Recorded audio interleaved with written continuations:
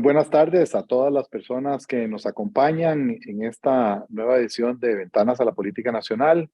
Es una iniciativa de la Escuela de Ciencias Políticas de la Universidad de Costa Rica, así como de la Facultad de Ciencias Sociales.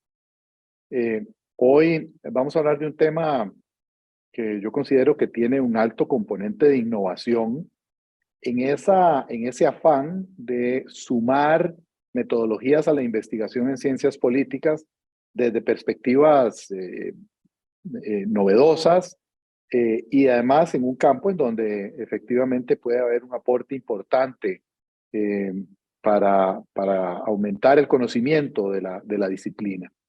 Y para ello contamos con la presencia del politólogo Jesús Sáenz Solís.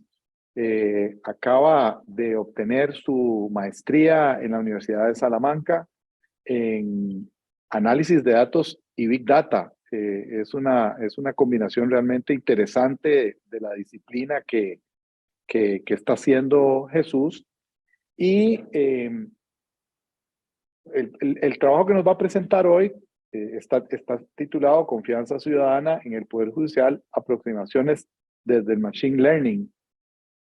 A mí me parece una cosa realmente novedosa, innovadora, pero que sea Jesús el que no solo nos hable, digamos, de lo que tiene que ver precisamente esta conjunción de disciplinas para la investigación, sino los resultados eh, de un estudio sobre confianza ciudadana en el Poder Judicial en momentos en que hemos venido viendo en los últimos tiempos un deterioro de la confianza ciudadana en el Poder Judicial, que normalmente había sido un poder, un actor político que recibía normalmente una calificación alta, un nivel de confianza, generaba un nivel de confianza alto, y hemos estado empezando a ver, digamos, algunas sensaciones de que esto ha venido cambiando como parte claramente de un proceso de modificación de la cultura política costarricense. Pero que sea Jesús que nos hable de este tema, agradeciéndole su participación en esta iniciativa de la Escuela de Ciencias Políticas y la Facultad de Ciencias Sociales, y que comparta con nosotros los resultados de su investigación en el marco de esta maestría en análisis de datos y Big Data que cursó en la Universidad de Salamanca. Buenas tardes y muchas gracias, Jesús. Bueno, primero que nada, muy buenas tardes, don Roberto, y también a todas las personas que nos escuchen. Bueno, para mí es un gran honor y un gran privilegio compartir este espacio propiciado por parte de la Escuela de Ciencias Políticas, que bueno, al final de cuentas, el objetivo de todo esto es eh, personalmente como poder abrir otros frentes de investigación tradicionales a partir de los cuales se ha desenvuelto la ciencia política, no solo eh, en Costa Rica, sino también en otras partes del mundo, y que bueno, que desde una perspectiva interdisciplinaria podamos echar mano de otras herramientas que nos pueden abrir otros frentes de conocimiento que bueno, estimo yo que pueden ser bastante relevantes. Entonces, sin más, bueno, iba a aprovechar para compartir una pequeña presentación que tenía para el día de hoy. Vamos a ver. Ok, me parece que ya ahí se ven se ve en pantalla completa. Bueno, tal como mencionó don Roberto, el trabajo realizado en el marco de el máster en análisis de datos y Big Data de la Universidad de Salamanca, realizado por mi persona, bueno, fue titulado Confianza Ciudadana en el Poder Judicial y algunas aplicaciones desde el Machine Learning. Así que, bueno, pongamos un contexto general, ¿verdad? De lo que habitualmente se conoce como, o de lo que hemos entendido sobre la confianza ciudadana en Costa Rica, ¿verdad? No es un secreto, ¿verdad? Que hasta el momento Costa Rica se encuentra dentro del selecto grupo de democracias plenas a nivel mundial, y que además ha sido uno de los países que ha gozado históricamente de una mayor confianza dentro de sus instituciones judiciales, y que bueno, las personas que han desarrollado trabajos desde la literatura especializada en este tema han considerado que, bueno, eso es uno de los pilares fundamentales para el sostenimiento y estabilidad democrática del país. Cabe decir que, bueno, al año 2020, que fue en el cual, el marco en el cual se desarrolló este estudio, Costa Rica ocupaba la segunda posición a nivel latinoamericano de mayor confianza en el Poder Judicial. Eso nos podrá sonar un dato importante, relevante, y de alguna manera es una noticia positiva, pero bueno, cuando por otro lado vemos que un segundo lugar a nivel latinoamericano representa que únicamente un 44% de las personas consultadas por parte del Latino Barómetro consideran que sí confían en las instituciones judiciales. A eso se suma además que Costa Rica, bueno, en este momento ha tenido a partir del año 2018 una creciente desconfianza ciudadana en el Poder Judicial. Es decir, hemos experimentado que año con año la gente confía cada vez menos en nuestro Poder Judicial. Entonces, bueno, pues evidentemente esto nos representa un riesgo altísimo para, pues bueno, el sostenimiento, ¿verdad? Las reservas de apoyo democrático al sistema y que, bueno, en un contexto como el cual nos encontramos, el poder garantizar las reservas de apoyo a las instituciones judiciales son también una condición fundamental para de alguna manera poder sostener eh, estas también reservas de apoyo generales con respecto a nuestro sistema político. Entonces, bueno, en este marco y bueno, y pues partiendo de esta relevancia que tiene el Poder Judicial dentro de la vida democrática del país, fue que, bueno, decidimos hacer un estudio que, bueno, no solo nos dijera o que, bueno, nos diera un paso más allá de lo que ya sabemos, que es cuánta gente confía, que sabemos que la gente confía cada vez menos, sino que, bueno, haciendo y pues echando mano de algunas otras herramientas, pues pudiéramos conocer eh, o nos pudiéramos al menos aproximar inicialmente a por qué es que la gente confía cada vez menos y que, bueno, desde las herramientas, desde el análisis de datos, qué podemos entender sobre la cultura política de nuestro país alrededor de esta materia. Así que bueno, pues para comentar un poco el marco pues, general de cómo se desarrolló esta investigación, los datos utilizados son de la base de datos del Latinobarómetro para el año 2020. Esta es una base de datos pública y que tiene una representatividad, ¿verdad?, de alcance a nivel nacional.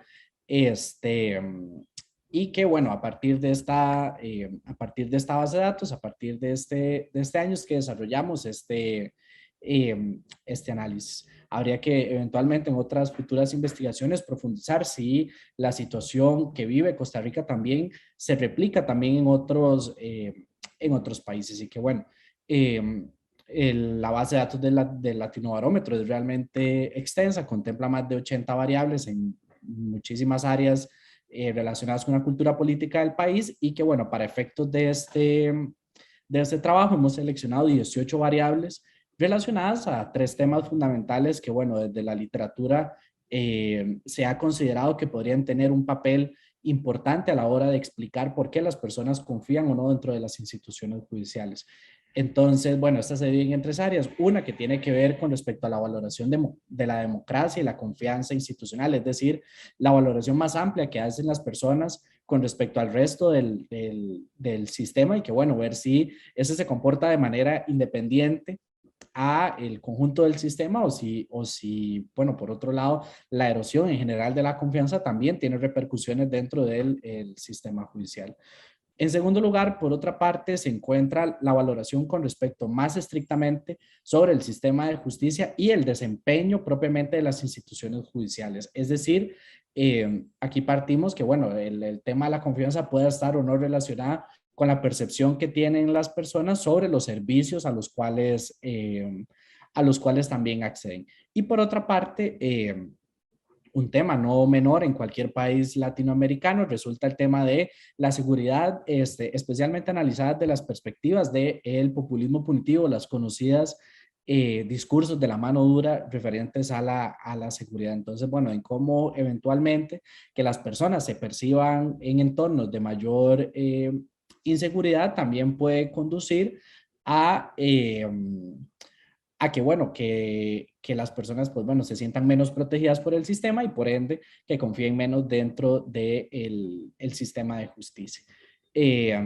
A partir de esto, bueno, estos métodos, ¿verdad?, de análisis mediante aprendizaje supervisado, lo que realizan básicamente es que agarramos un conjunto del total de los datos, y a partir del comportamiento general de este conjunto de datos, tratamos de analizar el otro segmento de la población y tratamos de predecir eh, la confianza de las personas, en este caso en el Poder Judicial, si las personas sí confían o no confían. Entonces, eh, esto, pues bueno, la relevancia que también nos permite tener es como a partir del comportamiento de un conjunto, tenemos la posibilidad de determinar el comportamiento de otro conjunto y que bueno, al contrastarlo posteriormente con la totalidad de los datos, bueno, pues podríamos decir cuál es el nivel de efectividad que ha tenido un modelo u otro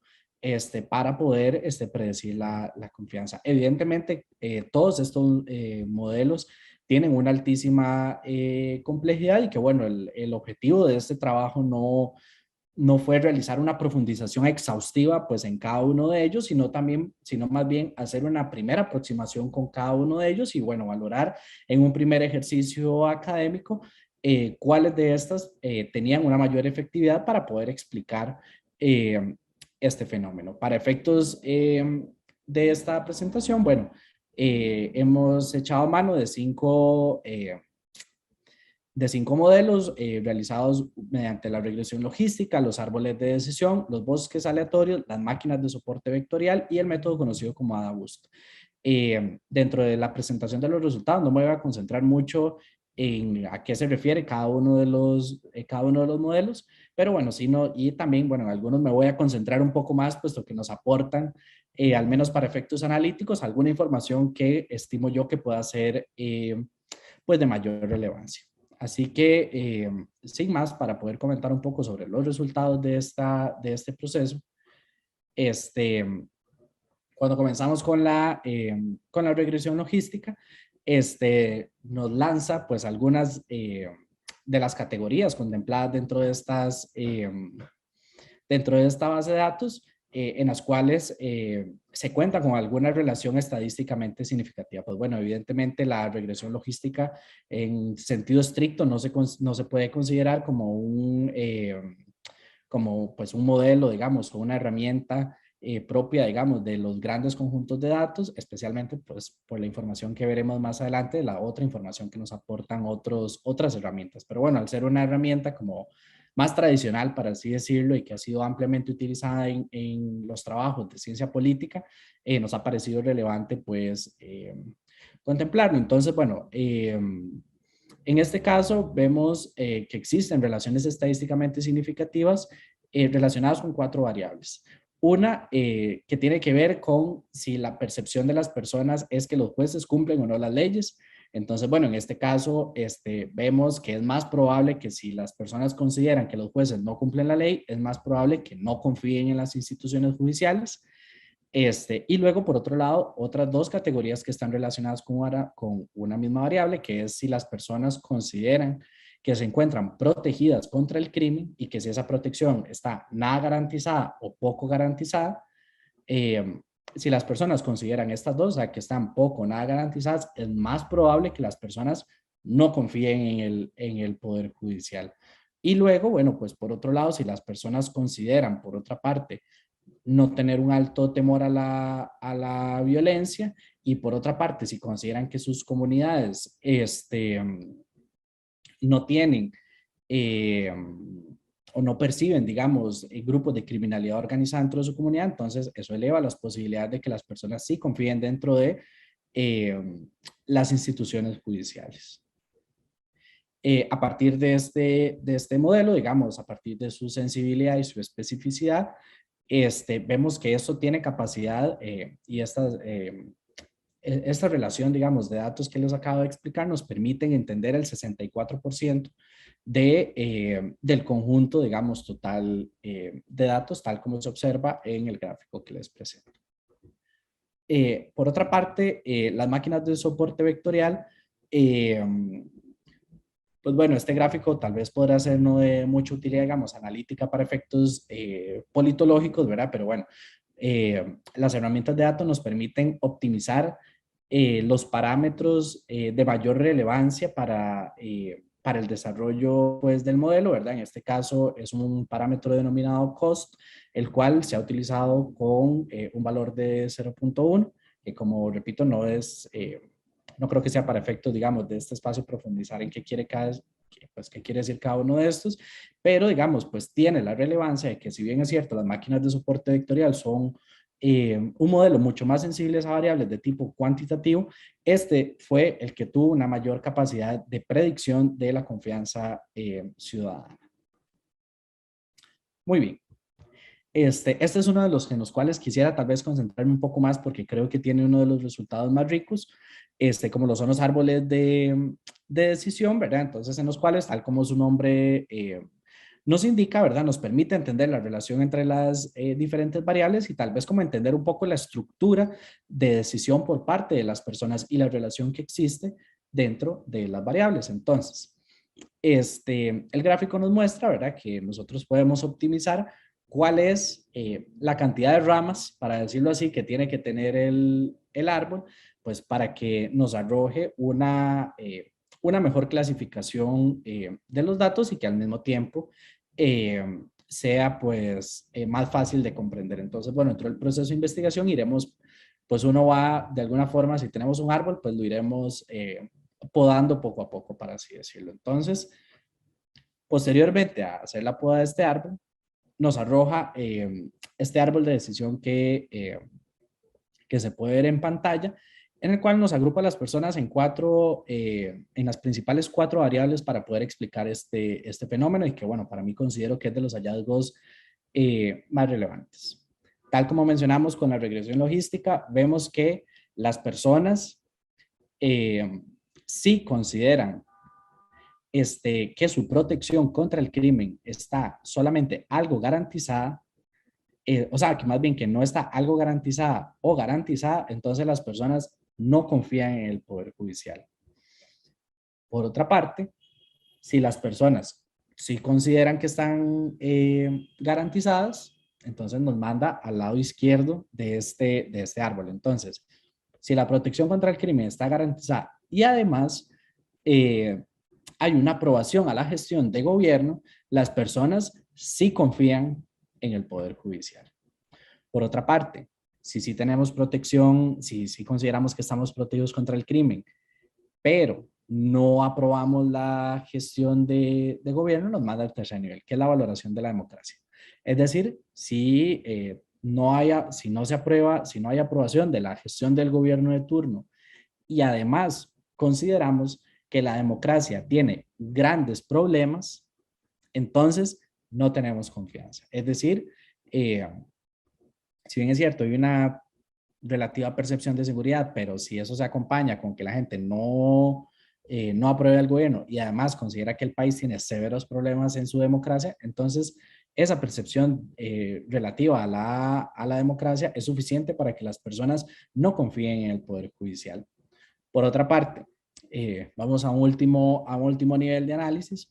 Eh, Se vuelve como un poco repetitivo, digamos, pero bueno, para mí es importante como que quede claro como la secuencia eh, de decisión esperada. Entonces, bueno, por un lado es si las personas sí consideran que su protección contra el crimen está garantizada, pero estiman que no aprueban, no se aprueba la gestión de gobierno, pero la valoración de la democracia es positiva, o sea que consideramos que tenemos pequeños problemas en la democracia o que la democracia es plena, y además las personas son de clase media o de media baja, entonces sí hay apoyo al Poder Judicial. Así como si fuera pues el caso contrario de que no, eh, pues bueno, pues de que no lo sea, entonces bueno, pues ahí, tanto en los extremos, digamos, de personas que se estiman de clase alta o de clase baja, es más probable que no confíen en el Poder Judicial. Entonces, para mí es fundamental entender el hecho del rol que tiene la percepción de seguridad de la ciudadanía y que, bueno, pues pueda estar relacionada también con los entornos en los cuales las personas sienten capacidad de denunciar delitos violentos, digamos, o su protección. Entonces, bueno, cómo esto influye en que puedan sentirse protegidos por el sistema, pero que, bueno, esto también está condicionado con la percepción que las personas tienen en general de la democracia y que luego, por otra parte, estos apoyos residen mayoritariamente en un sector específico de la población, como es la clase media de este país. ¿Por qué en los extremos no es así? Pues bueno, algunas hipótesis que podríamos lanzar, ¿verdad? Por ejemplo, probablemente las personas que se encuentran en mayores condiciones de vulnerabilidad también son personas que tienen mayores dificultades para acceder a los servicios de justicia y pues que se pueda garantizar eh, que puedan garantizar su acceso. Ahora, de este árbol, digamos, aquí trabajamos con 4 variables. Consideramos que el estudio total trabaja con 18. Entonces, uno de acá podría bajar, bajar y bajar, bajar hasta que se contemplen todas las variables utilizadas. Pero bueno, cuando trabajamos con pocas nos da una perspectiva mucho más sencilla para poder entender el funcionamiento o la estructura de decisión al menos primaria de las personas relativa a su confianza ciudadana. Por otro lado, tenemos el método de los bosques aleatorios, que lo que hacemos es, básicamente del modelo anterior que vimos, digamos, de crear un árbol con ramas, que son las variables, lo que hacemos es aquí hacer muchísimos árboles, 100, 200, 300 árboles, juntando varias variables, y que bueno, el algoritmo corre la mayor cantidad de árboles posibles y que bueno, a partir de un gráfico como el cual vemos, podemos ver cuál es la cantidad de árboles que nos permite estabilizar el error de clasificación. Entonces, que a partir de este criterio podamos seleccionar la cantidad de árboles que sea óptima. Este modelo además nos arroja también cuáles son las variables que son de mayor relevancia para poder entender o explicar la confianza ciudadana en el Poder Judicial y que, bueno, como vemos, de alguna manera coinciden con el modelo de árboles de decisión, donde vemos que permanece en primer lugar la protección de las personas contra el crimen, la valoración con respecto a la democracia, y luego, por otro lado, tenemos si la justicia castiga efectivamente a quienes cometen delitos, independientemente de quienes estos sean. En un cuarto lugar, nos aparece si se estiman, digamos, o tienen la percepción de que puedan ser víctimas de algún delito violento. Entonces, vemos una coincidencia, digamos, al menos general en las principales variables para poder pues explicar este fenómeno, digamos, y que eso queda otras variables que al menos analíticamente podríamos considerar de interés, ¿verdad? No tienen pues un peso muy relevante, al menos para trabajar con este modelo, ¿verdad? Llámese la corrupción, si es mejor la democracia que otros sistemas, la ideología, entre otros.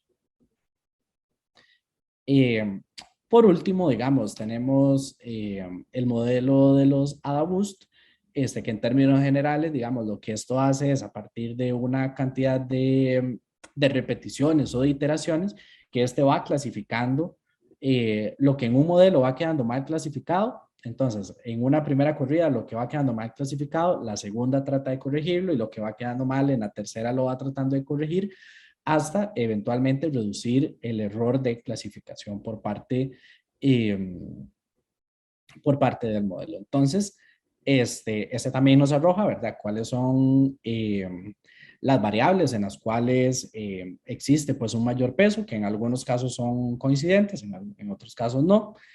Por ejemplo, en este caso tiene un peso altísimo la clase social, que bueno, que en el modelo de bosque, más bien de árboles de clasificación, vimos que estaba presente. La valoración con respecto a la democracia permanece siendo una variable fundamental en todos los modelos. El avance del país, digamos, en términos generales, si el país consideramos que está progresando, y bueno, la percepción de ser víctimas también de algún delito violento. Entonces, después de esta, pues como avalancha, digamos, de resultados de cada uno de los modelos, digamos, hacemos una comparación. La precisión de estos modelos ronda entre el 56 y el 65%, lo cual, digamos, bueno, para efectos de un primer ejercicio, digamos, exploratorio con respecto al uso de estas técnicas y considerando que todas las variables explicativas son de tipo cualitativo, pues evidentemente se puede considerar un buen resultado, digamos, a la hora de la clasificación. Evidentemente, estos modelos son muchísimo más sensibles y tienen mayores facilidades de clasificación cuando trabajamos con variables que son únicamente de tipo cuantitativo. Entonces, a partir de este marco, ¿verdad? Vemos modelos que tienen una clasificación, además, bastante similar y que además nos permite arrojar algunos resultados iniciales a nivel analítico sobre también el comportamiento de la confianza ciudadana en el Poder Judicial. Un poco algunas conclusiones y también, si podemos llamarlo así, recomendaciones, y que aquí es donde yo quisiera como quitarme un poco la camiseta del análisis de datos y ponerme un poco más la politológica, es de la relevancia que tiene este tema en el contexto en el cual pues se encuentra el país, ¿verdad? Por ejemplo, el país recientemente se ha enfrentado al cambio de la presidencia en la Corte Suprema de Justicia. Por otro lado, el Estado de la Justicia ha señalado recientemente de que el Poder Judicial ha podido pues hacer frente de manera pues positiva, digamos, a los desafíos que le ha planteado la pandemia para garantizar la continuidad de los recursos. Sin embargo, pues bueno, existen problemas estructurales dentro de la gestión dentro del Poder Judicial, que son pues notorios, ¿verdad? Por ejemplo, en alta duración en los casos, en las dificultades en la gestión para el acceso a la justicia, especialmente de las personas en mayores condiciones de vulnerabilidad y que, bueno, también la saturación también en algunas áreas y que, bueno, esto también se suma, pues, eh, la creciente criminalidad también en el país y que, bueno, también la percepción de algunos sectores también a nivel nacional que a través de las posturas de la conocida mano dura también han contribuido también a cercenar la confianza, digamos, en la institucionalidad judicial. Entonces, eh, por otro lado, el poder, entonces, pues en este marco, para poder garantizar esta confianza, el Poder Judicial tiene un deber también fundamental en poder garantizar a la ciudadanía eh, servicios que sean de calidad y que pues que bueno, puedan cumplir con los principios de la justicia pronta y cumplida.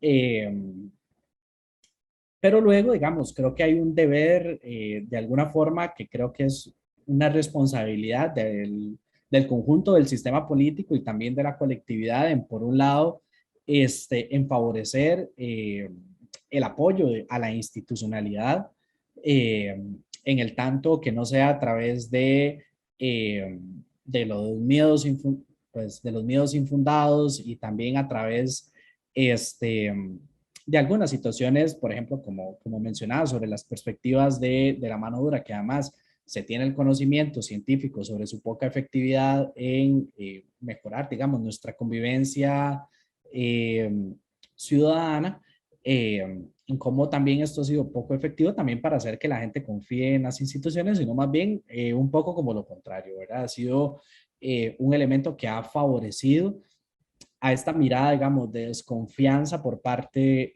de la ciudadanía y que luego, bueno, por otro lado, es el contexto no solo que vive Costa Rica, sino también otros países en el rol que se le asigna al Poder Judicial dentro del sistema político.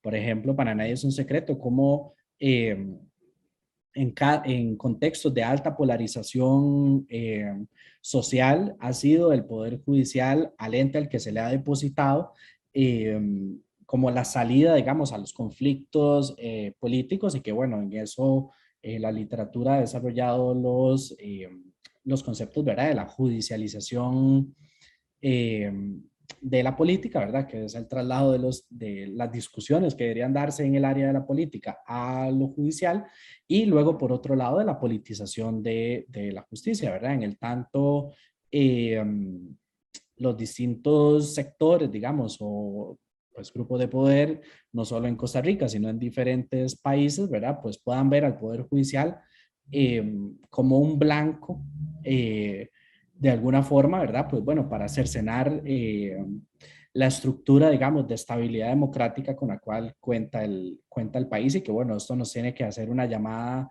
a mantener nuestras alertas pues muy alta, y que bueno, pues poder garantizar una justicia que sea cada vez más transparente, más democrática, y también muchísimo más, pues bueno, muchísimo más independiente, ¿verdad? Que esto no, tal como vimos en los resultados, ¿verdad? Pues que esto no está aislado sobre la percepción que tiene la ciudadanía con respecto a la totalidad, ¿verdad? Del conjunto, ¿verdad? Entonces, una situación de inestabilidad y desconfianza en las instituciones democráticas tienen repercusiones también en un pilar que ha sido fundamental para el sostenimiento de la estabilidad en Costa Rica, como lo ha sido el Poder Judicial.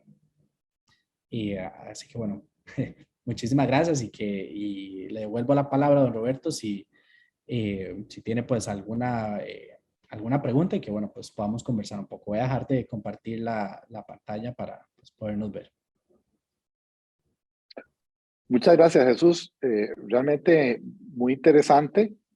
Eh, y yo tenía, digamos, dos preguntas. Una más respecto a la metodología o a la interdisciplinariedad de la investigación, y otra un poco más sobre los resultados. Lo primero sería, eh, digamos, esto es una cosa que para los politólogos de cierta edad, para decirlo amablemente, ¿verdad? Nos resulta, nos resulta pesado, ¿verdad? Nos resulta innovador, pero también nos damos cuenta, digamos, de lo que es, de las posibilidades de innovación, ¿verdad? Eh, Usted que ha profundizado en el tema de Machine Learning en el marco de esa maestría en análisis de datos y Big Data, y ya tenemos una muestra, ¿verdad? Con esto, con este trabajo, las posibilidades reales, digamos, de la integración de este tipo de tecnología, de metodología de análisis en una disciplina que tiene tal, o que tiene en la que los datos cualitativos tienen un peso muy grande, ¿verdad? Eh, entonces, tal vez desde su experiencia, ¿verdad? Valorar esa aparente dificultad y cómo superarlo a partir de la aplicación de técnicas novedosas como las que está haciendo usted en este momento. Ujú. Sí, bueno, yo pensaría, don Roberto, que un elemento para mí fundamental, que creo que es el primer paso, es quitarnos el miedo. Eh, que bueno, yo creo que esa es tal vez la parte por donde yo creo que empiezan las dificultades, ¿verdad? Porque yo creo que uno proveniente de ciencias políticas, y que bueno, al menos fue mi experiencia durante el máster, pues claro, uno tiene que enfrentarse a una curva eh, de aprendizaje, ¿verdad? Frente a otras disciplinas, eh, que no deja de ser, que no deja de ser compleja, ¿verdad? Pero yo creo que eh, inclusive, digamos, dentro de la misma formación politológica, digamos, creo que muchos y muchas estudiantes, bueno, crecen como con esta perspectiva, digamos, de que lo que incluya números, digamos, es una tortura, ¿verdad?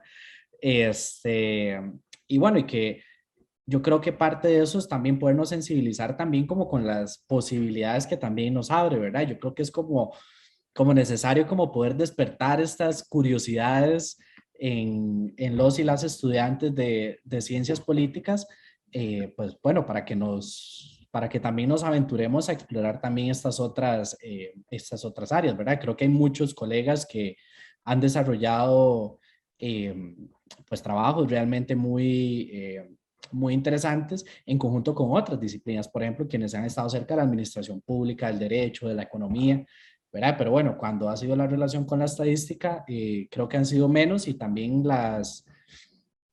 eh, qué sé yo, los horizontes, digamos, de los cuales nos imaginamos las cosas que podríamos hacer, creo que también creo que han sido menos. Yo creo que lo principal es como quitarnos un poco el miedo. Segundo, pues sensibilizarnos con estas otras perspectivas.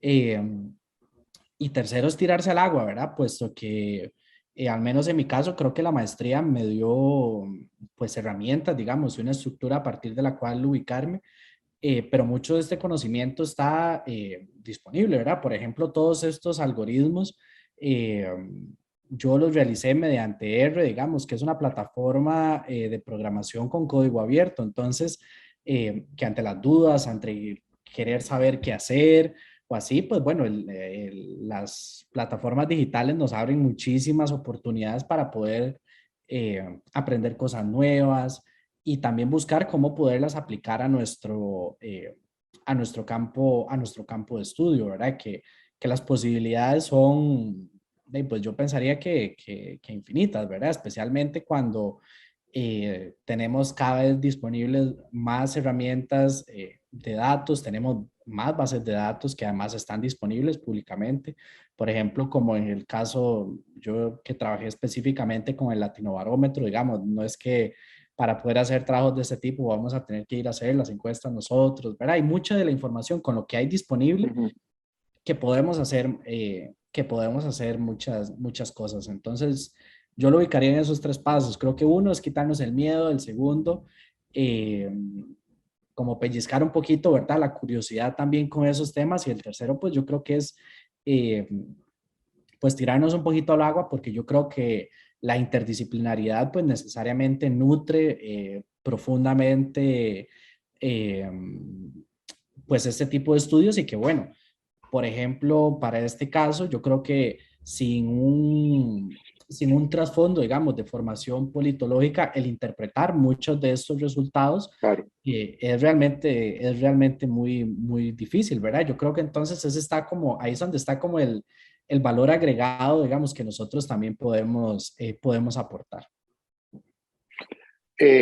Jesús, y la otra cosa, ahora me surgió otra pregunta metodológica antes de pasar a la de fondo. Eh, ¿Existe, digamos, ya una producción intelectual basada en herramientas de este tipo aplicable a ciencias políticas que esté al alcance de la gente para que vea, digamos, otros ejemplos de utilización de herramientas de Machine Learning para este tipo de investigación? Digamos, yo, tal vez habrá muchos colegas que estén enterados, pero yo, por ejemplo, no lo sé, ¿verdad? No sé si existen más, si ya hay algún tipo de avance, si ha ido penetrando, digamos, el uso de la técnica en la investigación en ciencias políticas. Sí, bueno, yo pensaría que, bueno, a nivel internacional, pues en eso yo creo que hay mucha gente en muchos lugares que nos lleva muchísima ventaja, porque ya en muchas universidades se ha abierto pues el frente para poder fortalecer estas áreas, y pues bueno, como la penetración de estas herramientas. Yo creo que a nivel nacional, creo que eh, un aporte fundamental en la producción de conocimiento a partir de este tipo de herramientas me parece que lo ha realizado el programa Estado de la Nación. Por ejemplo, con los trabajos que han venido realizando eh, hace algunos años con el tema de movilidad, utilizando las bases de datos del Waze. Eh, el Estado de la Justicia ya lleva 2 informes en el cual ha trabajado en el análisis de sentencias de la Sala Constitucional a partir del uso de herramientas de grandes bases de datos, ¿verdad? O sea, como por ejemplo, en este caso del Estado de la Justicia, es básicamente que un algoritmo lea automáticamente las sentencias, el total de sentencias que antes hubiéramos ocupado, qué sé yo, año con año, 4 o 5 asistentes, ¿verdad? Digitando un Excel, que bueno, en este caso, un algoritmo tiene la capacidad de leer una altísima cantidad de sentencias, y que bueno, en los últimos 2 informes han logrado publicar algunos de los avances que han desarrollado con herramientas de ciencia de datos en esta línea, y que además, bueno, han consolidado también una mesa de ciencia de datos. Entonces, bueno, yo creo que para mí, digamos, yo creo que sería la institución, digamos, que me parece que ha desarrollado algunos avances, digamos, en esta materia y que, bueno, cuando a la hora, digamos, de leer un poco sobre las metodologías que han desarrollado en sus últimos estudios, ¿verdad? Y especialmente en sus estudios de mayor envergadura, ahí podremos notar que ya por ahí empiezan a aparecer cada vez más el uso de este tipo de herramientas. Así que bueno, por ahí ya hay algunas cosas y lo que falta todavía será muchísimo más. Y la última, que tiene que ver con las conclusiones o con los hallazgos más bien, me llamó mucho la atención que uno de los elementos que más está asociado a la desconfianza ciudadana del Poder Judicial tiene que ver con la protección que siente la gente contra el crimen, ¿verdad?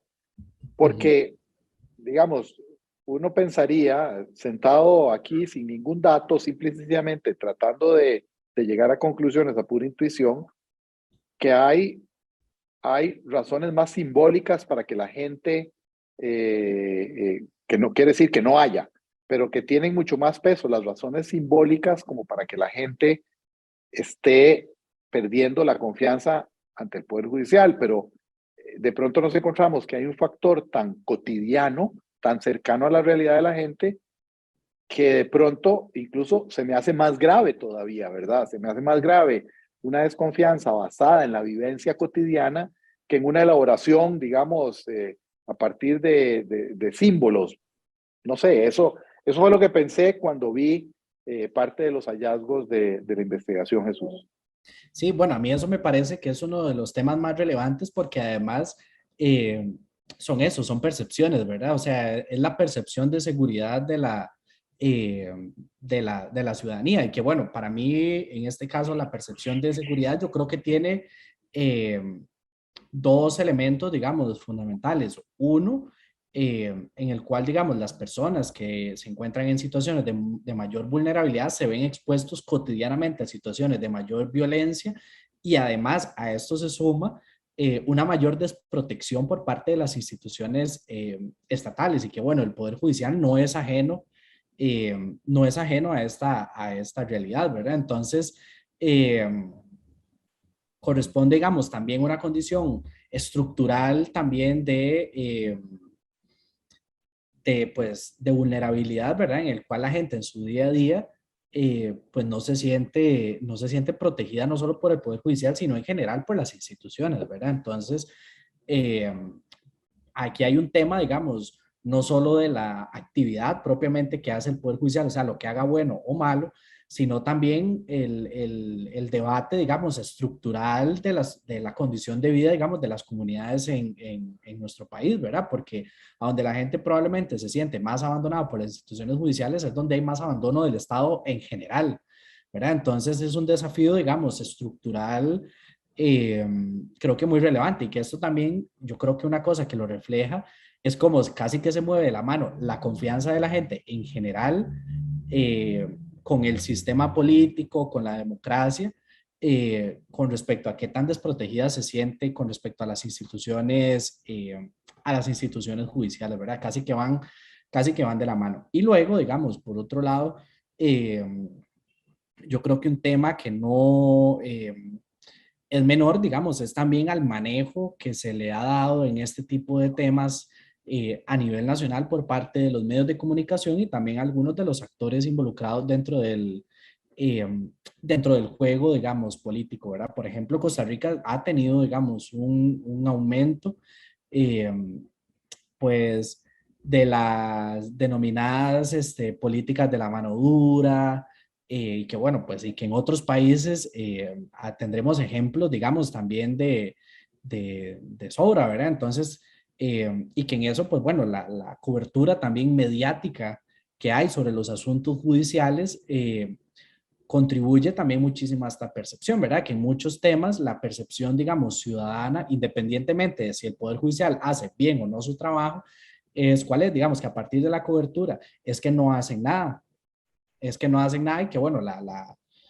las perspectivas, digamos, del populismo punitivo lo que señalan es que, bueno, para determinados sectores les genera un rédito político señalar como que el sistema únicamente protege, digamos, a los transgresores y no, digamos, a la gente común que es víctima, digamos, de un delito, ¿verdad? Entonces, creo que por ese lado hay como un tema de la vivencia, digamos, también ciudadana, pero luego también hay una cuestión simbólica sobre, digamos, cómo construimos la percepción de nuestra seguridad, digamos, y también como eso ha sido un tema político, digamos, que me parece que permea todas las esferas de nuestra sociedad, ¿verdad? Entonces, para los que creen, digamos, como que la confianza en el Poder Judicial se arregla, digamos, con más mano dura, ¿verdad? De alguna forma poniendo como en riesgo la lógica, digamos, de tutela efectiva de derechos y de garantismo en la cual se ampara nuestro sistema, eventualmente puede tener un efecto más bien adverso, ¿verdad? Que si reforzamos la perspectiva de que no hacen nada, que no hacen nada, que no hacen nada, que no hacen nada, que no hacen nada, entonces, claro, la gente confía cada vez menos en el Poder Judicial y en general, digamos, en el sistema. Claro, esto no quita, digamos, y no va por encima de que habrán, digamos, muchísimas áreas en las cuales el Poder Judicial tiene tremendos desafíos para poder brindarle servicios de calidad a la ciudadanía y que pues vacíos y críticas también podríamos hacer muchas, ¿verdad? Pero bueno, creo que la crítica no solo debería estar del lado también del Poder Judicial, ¿verdad? Sino también de simbólicamente cómo toda la sociedad construye también su imagen alrededor de esto. Interesantísimo, Jesús. Muchísimas gracias por tu participación en Miradas hoy. Eh, bueno, de esto efectivamente habrá que aprender más, ¿verdad? Yo creo que esto va a ser una tendencia, yo creo que es importante, ¿verdad? Y seguramente en Ventanas a la Política Nacional vamos a seguir insistiendo o enfatizando en todo lo que tenga como objetivo mejorar la investigación en ciencias políticas y mejorar la investigación en general, de manera tal que podamos, a partir de resultados cada vez más claros, formular alternativas de política pública que sean adecuadas. Es importantísimo para una democracia hacer el esfuerzo que se requiera para devolverle a la gente la confianza en el Poder Judicial, por más difícil que sea esta tarea a partir, digamos, eh, de esas razones estructurales que mencionaba Jesús. Jesús, muchísimas gracias por haber participado el día de hoy. Muchísimas gracias por el espacio y que tengan una linda noche. Y a todas y todos los que nos han acompañado en esta edición de Ventanas a la Política Nacional, decirles que estén pendientes porque habrá nuevas iniciativas y nuevos programas de Ventanas a la Política Nacional de los cuales estaremos informando en el momento en que tengamos ya fijadas, definidas fechas y temas siguientes. Muchísimas gracias y muy buenas tardes. Muchísimas gracias. Hasta luego.